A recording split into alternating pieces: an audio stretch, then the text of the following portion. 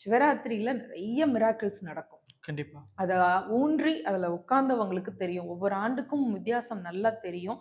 ஈசன் ரொம்ப இயல்பானவர், ரொம்ப இனிமையானவர். அவர் கோவக்கார ஆள் கிடையாது. பல பேருடைய அவரு ஆமா. ரொம்ப ஸ்ட்ரிக்ட் அப்படின்னு சொல்லுவாங்க. ரௌத்ரமா இருப்பாங்கல்ல. இல்ல. நீங்க அன்போட அப்பான்னு கூப்பிட்டா, அவர் மகளேன்னு கேட்கறதுக்கு ரொம்ப தயாரா இருக்காரு. அனைத்து கடவுளும் சொல்லலாம். எல்லா கடவுளும்.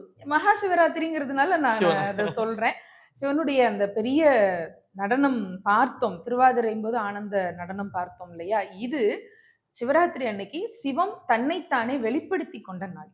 ம். இறைவன் எல்லாத்துக்குள்ளேயும் நீக்கமற இருக்காரு. ஆனால் அவர் வெளிப்படுறதுங்கிறது ரொம்ப முக்கியமான விஷயம் இல்ல. அவர் தன்னைத்தானே வெளிப்படுத்திக் கொண்ட நாள். பல பெரியவர்களுடைய வேண்டுதல்கள் நிறைவேறிய நாள். அருமை. இந்த சிவராத்திரி அப்படிங்கிறது. பகீரதன் பிரயத்தனம்னு ஒண்ணு கேள்விப்பட்டிருப்போம் இல்லையா? பகீரதனுடைய அந்த திருவரலாறு நல்லா இருக்கும். மூத்தவர்கள் பல பேர் அவங்களுடைய 1000 பேருக்கு மேல முன்னோர்கள் இறந்து போயிட்டாங்க. அவங்களுடைய அஸ்தி எல்லாம் அத கரைச்சு அதுக்கு முழுமையான அந்த திதி பண்ணி குடுக்கணும்ல. அப்பதானே அவங்க ஆன்மா இதாகும். அத பண்ணாம பல தலைமுறைகளா இருந்து போச்சு. அந்த பித்ருக்களுடைய அந்த தேவையை பகீரதன் நிறைவேற்றி இறைவனுடைய அருளால கங்கை பூமிக்கு வந்த நாள்.